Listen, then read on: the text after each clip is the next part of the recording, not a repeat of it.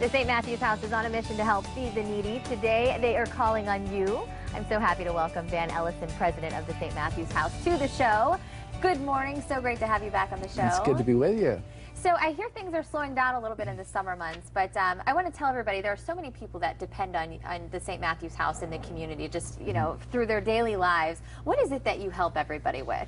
Well, we have a feeding ministry where we provide about 300,000 meals to the poor in the community. We have a pantry where we give out groceries to families. We have a shelter. We have a drug rehab program.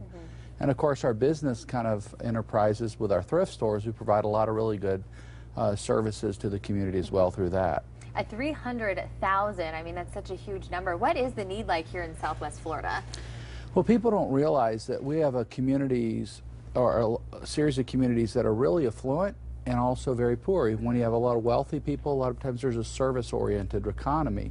And so there's a lot of working poor, middle class and lower middle class folks who struggle to make ends meet. And so just a little hiccup and they're really behind on their budget, and their food, it starts getting really stressed for them, so they can't get enough food in the house or pay the electric bill and all those kind of things. And things kind of change a little bit in the summer months. I know things slow down, and you'd mentioned, you know, maybe you're on a wait staff, and wait staff is laid off for the summer months. But how does the summer really affect the lives of people?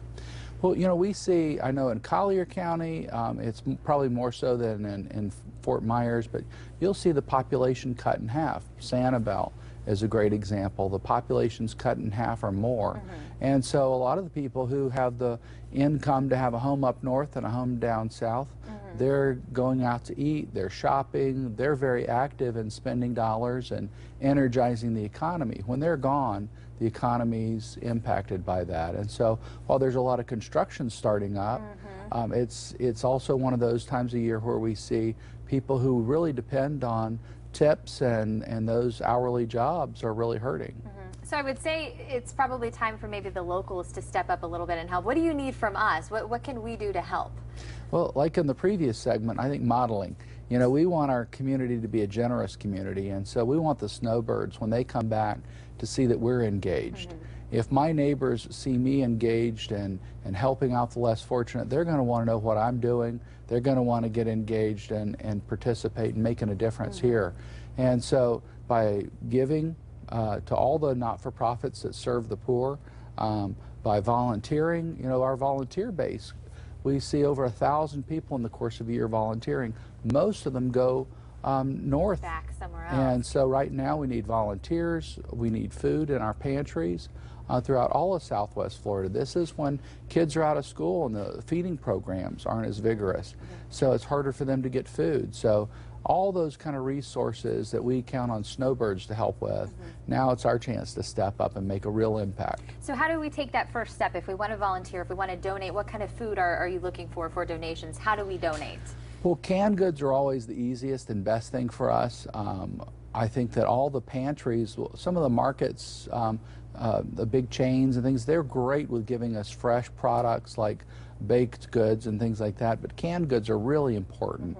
People can call up or come down and visit one of the agencies. I know St. Matthew's House, we do tours regularly where we ask people to come in and see what we're about and let their heart tell them where they need to get involved. And sometimes that means they'll roll up their sleeves and they'll help out preparing a meal. Other times they'll write a check, but they're all making a difference. Well, I think it's so rewarding to help people and to know that you helped maybe provide a meal for a family too, wouldn't you say?